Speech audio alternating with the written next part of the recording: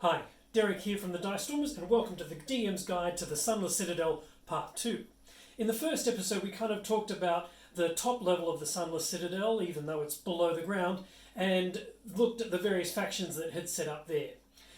There are other elements to that level, and if you'd like to read about them, I'd encourage you to have a look at the Yawning Portal section of the D&D Beyond website that has this adventure in its entirety for free as part of their COVID-19 kind of compensatory package. There's that and a couple of other episodes, a couple of other adventures in there, and I'd encourage you to go and check them out. All you need is a basic subscription that's free for D&D Beyond.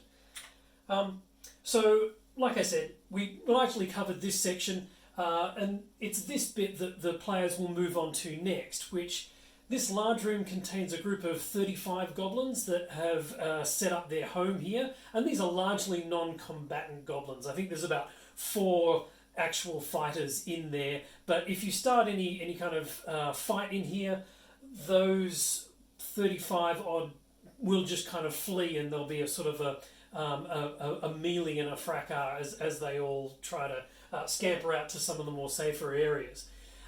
It's interesting to note that the module says that those non-combatants generate no XP if you do kill them. But the round room up the top here is where all the interesting stuff happens. A hobgoblin has taken over the tribe of goblins and set him up as their chieftain, and the previous chieftain isn't too happy about it. So if the players don't want to solve this with violence, they can actually play these two factions off against one another and negotiate a different outcome that will give them access to the lower levels. If a fight does break out, there is a 2-foot high wall that exists around the edge of this well, similar to what you would have in a wishing well, and if the players get too close to it, or if a combatant gets too close to it, there are a couple of ways that they can prevent themselves from falling in the hole. The first off is a DC 10 dexterity check to just fall prone and not go over the side. If they fail that and they do go over, there is a DC 15 check to grab the various vines that are all kind of climbing down the side of it and prevent yourself from the 80-foot fall to the bottom. If they fail both of those checks, well, it's Pancake City. It's fairly easy to climb down. The vines count as sort of rotted knots, and they can get all the way down to the bottom there. When they do get there, they end up in this room.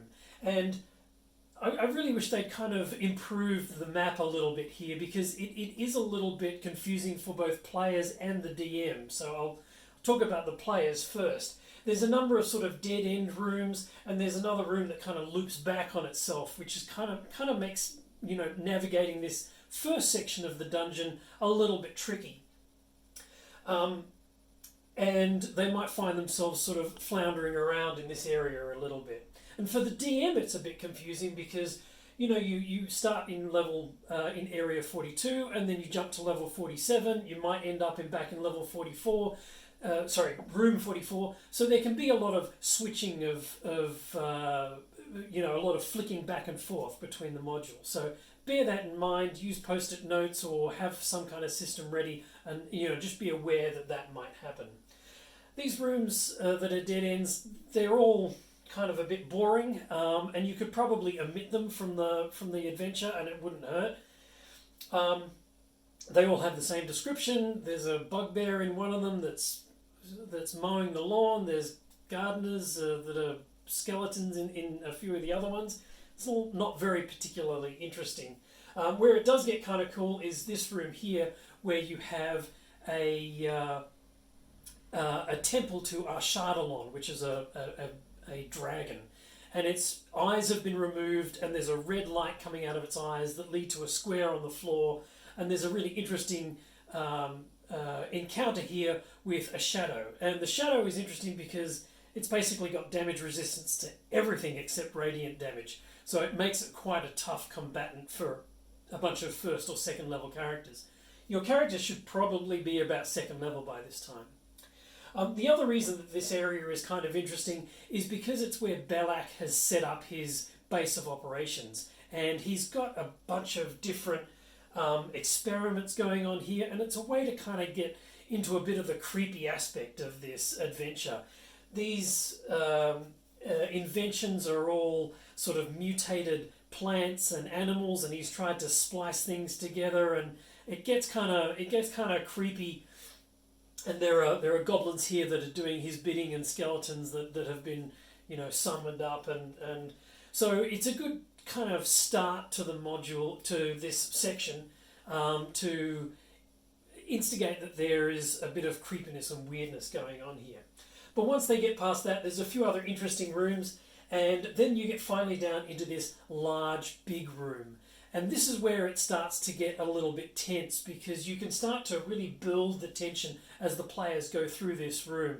They'll be attacked a number of times by twig sprites along the way here, but in the distance they can see, in this kind of gloom of these fluorescent mushrooms that are causing this really weird lighting effect, they can see the desiccated branches of the Gnaeus tree, which is stretching up into the darkness of this enormous cavern. And you can actually see the Gnaeus tree on both the cover images of the original adventure, which I think came out in 2001, and the D&D Beyond one. So you may not want to share these with the players if you don't want them to spoil what's going to happen at the end. I really like this second one because it does show the two creatures that he's enthralled. When the players first meet Belak, he does actually kind of want to parley with them and say, I'm doing experiments here and there's great work being done, and my fellow druids expelled me and they're idiots. It's very kind of, mad scientist sort of vibe to him. And he doesn't really have any interest in befriending the players or striking a deal with them. What he really wants them to do is submit willingly to the tree, which is going to turn them into mindless supplicants like these other two characters are here. So it's going to end up in a fight one way or the other, unless they really actually do want to be mindless supplicants. And there are various spells and things that he can employ, including all of the twig sprites that he can bring to bear in this adventure. So have a read of everything that he can do. It's quite interesting, and it leads to a quite good culmination. At the end of the adventure, you do get to either burn the tree down or take it over for yourself and go back and report to the mayor of the town exactly what was going on, and retrieve your reward. And that's about it. Thanks very much for watching. If you like what you see, please leave a comment or subscribe, and we'll see you next time. Thanks a lot.